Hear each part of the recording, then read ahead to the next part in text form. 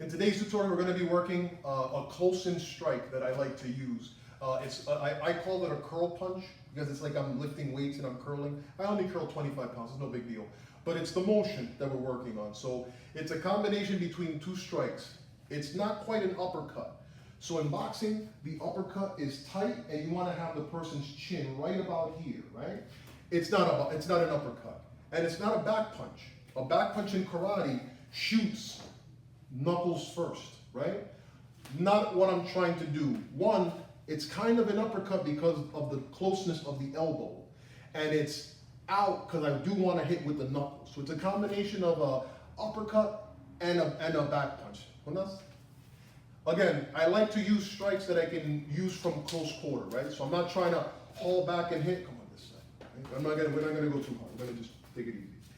So if I'm hitting him with an uppercut, I'm trying to box. I'm trying to be in this close. This is way too close for me. Okay, my distance is right here, right about here. I can do the karate kempo back punch. I can do this, but I don't want to have to pull out. Right? This is very beginner to pull back. There's no one behind me, okay? Just in case you don't know, the reason why we're doing this movement is number one, so we don't go throw ourselves off balance, but number two, there's someone behind us. So every time you see these types of movement, whatever movement is, whatever strike it is, and you're bringing your elbow back, number one is very basic, right? You don't draw your hands back when you're striking. Everything is here and out. So the curl punch, again, it's from my position. The position that I prefer, which is out and in front of me, okay? You push me, oh God, calm down. He has no idea, okay? I have not initiated any movement letting him know that he's in trouble. I accepted the push and I caught my angle. No big deal, all right? I'm not gonna fight you for this position, okay? That's 2 feet in front of me. I could care less, okay? So if you think that we're gonna go push, then I'm gonna push because this is important to me. I don't care, okay? He pushes successfully. I can come in with one, see how my elbow is next to my body, and two. Okay? It just comes straight up. When I hit, I'm just aiming for the floating ribs. All right? Let's do this off of more simple. You push. Floating ribs. All right? I'm trying to hit flat. Okay, and as I rise, then those knuckles start coming in. I'm trying to keep it simple. I gotta get out of here. I'm not trying to hang out, okay?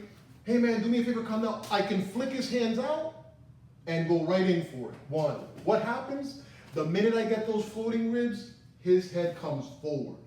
So it makes getting thumbed in the eye, throat, makes it so much easier. Remember, if I'm in a self-defense situation, he's the aggressor.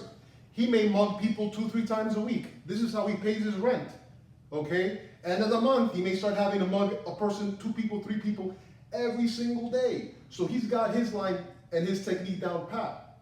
I have to keep my technique as simple as I can, okay? Hey man, do me a favor, I'm gonna approach him. I see him, I'm like, hey dude, what's going on? Bang, gone. And now my energy never, ever stops forward. I'm going to run him over.